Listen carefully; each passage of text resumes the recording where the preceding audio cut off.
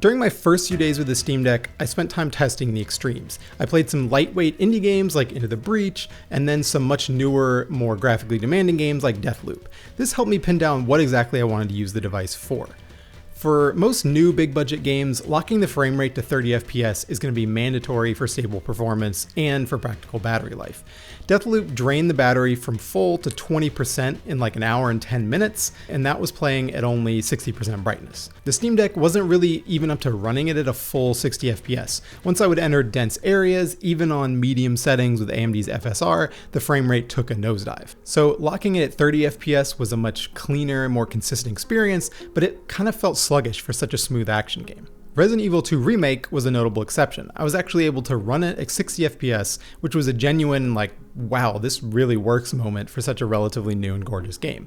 But there were some other trade-offs. I had to play at max brightness in the afternoon, and I had to crank the in-game brightness up some just to be able to see the screen in my brightly lit living room, so the game looked a tad washed out, and the battery dropped from full to under 50% in less than an hour. And after playing Resident Evil 2 on the Steam Deck, I realized that that wasn't really the way I wanted to experience that game. It was a low-key, your scientists were so preoccupied with whether or not they could realization for me that kind of drove the rest of my testing time with the Steam Deck. You know, Resident Evil 2 is so much moodier with the lighting cranked to max, and likewise there are very few first-person shooters that I want to play on a controller at 30 FPS when I could be playing them at way higher frame rates on my PC. Now, this will naturally differ for every PC gamer, and if the Steam Deck will be your first or only gaming PC, there are likely loads of games you'd play on the system that I wouldn't. For me, it's a great fit for moderately demanding indie games like Death's Door and Hades that are on the Switch, but they can't run at 60 FPS, and for other action games that I have wanted to play for a long time, but just never get around to because after sitting at my desk for work all day, I kind of don't always want to sit there and play games all night. It's also a killer system for emulation, which has me really excited for the stack of retro games that I've bought over the years and never gotten around to. So the Steam Deck is portable enough that I would pack it for a longer trip, but I would say it's too chunky for me to just toss into a backpack for a day out and about, which I'll sometimes do with the Switch. So portable and handheld can mean a lot of things. The Steam Deck is kind of like the Leatherman in the belt holster next to a 2-inch penknife that is the Switch that you can easily just slip in your pocket. Now, the Steam Deck is an incredibly capable handheld PC, but that power does come with a heavy price. Like, literally. The Steam Deck is really heavy. It weighs 68% more than the Nintendo Switch. That's more than 2 Switch Lites or 3 PlayStation Vitas duct taped together. When I just hold the Steam Deck right up in front of me, I start feeling a twinge in my forearms after like 20 minutes. So playing the Steam Deck for longer stretches requires more deliberate positioning than you would need with the Switch. Resting the Steam Deck on a pillow on my lap quickly became my preferred way to play.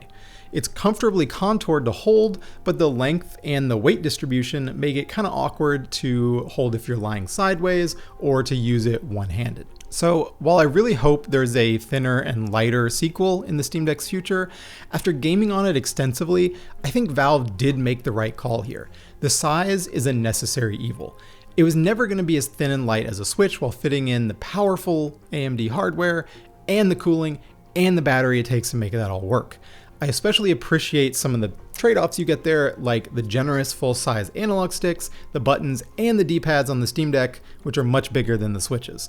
They all feel great under my thumb, and they help justify the size. The cooling on the Steam Deck is capable, and the system will never get hot in your hands the way a gaming laptop can roast your crotch, but the downside is that its fan will ramp up to an annoying pitch even under relatively light loads. The fan noise is my least favorite thing about the Steam Deck, so it's something to keep in mind if you're planning to play it next to someone who really hates that high-pitched whirring. It seems wild that the Steam Deck could beat consoles at the thing that they're supposed to be better at than PCs, but honestly, the Steam Deck's interface is terrific. I'd put this new version of SteamOS up against any of the current consoles for functionality and ease of use. The Steam button pulls up a range of system settings like your library, your store, downloads, while a more smartphone-esque ... button pulls up your quick settings like brightness and power management. Being able to tap the power button to put the Steam Deck to sleep, then wake it up again completely seamlessly still gives me a little thrill. It's one of the few console or handheld features to be envious of on PC, and here it just works. It even works when you're running non-Steam games and emulators, which is how I've come to have Persona 3 running on my Steam Deck practically nonstop. I have hit some bugs in my testing, and there's some Steam features that don't seem to be working yet, like setting custom artwork, for example. Sometimes the check for update button hangs until I restart the system. Sometimes cloud saves don't automatically download and sync properly. Sometimes the brightness slider is wrong after waking the system up from sleep. But those are minor issues that haven't bothered me much. And Valve has been releasing updates almost daily since I got the device. I expect those problems won't be around for too long. What's harder to predict is how quickly Valve will expand its selection of verified games it has tested and declared to be great on the Steam Deck. Now, SteamDB notes that fewer than 500 out of nearly 65,000 games have earned that badge so far.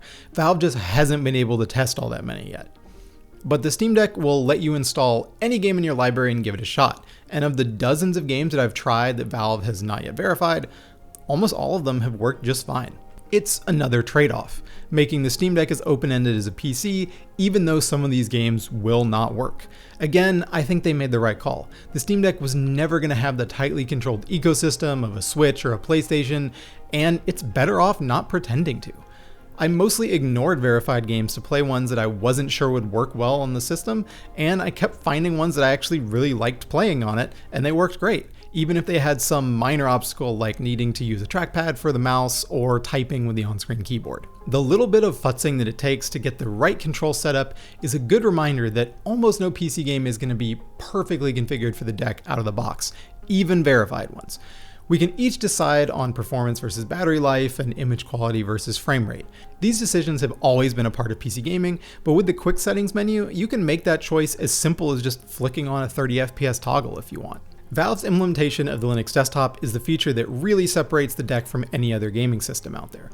You could happily use the Steam Deck without ever seeing it, which already makes the deck a vastly better gaming experience than booting into Windows on other handheld gaming PCs. The desktop comes with Firefox pre-installed for web browsing, and there's an app browser that can help you install a lot of programs like Spotify and VLC Media Player with a single click. It's great. But if you do want to install something that isn't available via that app browser, you really have to know what you're doing and get your hands dirty on the command line. Right now, it's unfortunately a pretty tricky process to install anything that will let you play games from the Epic Game Store, but hopefully that process is going to get easier with time. Honestly though, even doing simple stuff on the desktop offers you some real perks. You can add applications like emulators or music players and then access them from within SteamOS. And SteamOS is happy to let you run multiple programs at once. So I booted up a podcast app, added an RSS feed, and then I started playing a game while listening to a podcast, no problem. Going beyond that kind of stuff at the moment is limited. Valve is still working on driver support to be able to install Windows and to run the Steam Deck attached to a monitor at a higher resolution. In time, I think the Steam Deck will make for a powerful travel PC and even a convenient way to run low-spec games on your living room TV. Right now, it's a handheld gaming system first and foremost. And it does that so well, it's almost comical how much cheaper it is than other handheld PCs, which tend to cost around $1,000. It doesn't really even make sense to call them competitors. For now, the Steam Deck is in a class all of its own.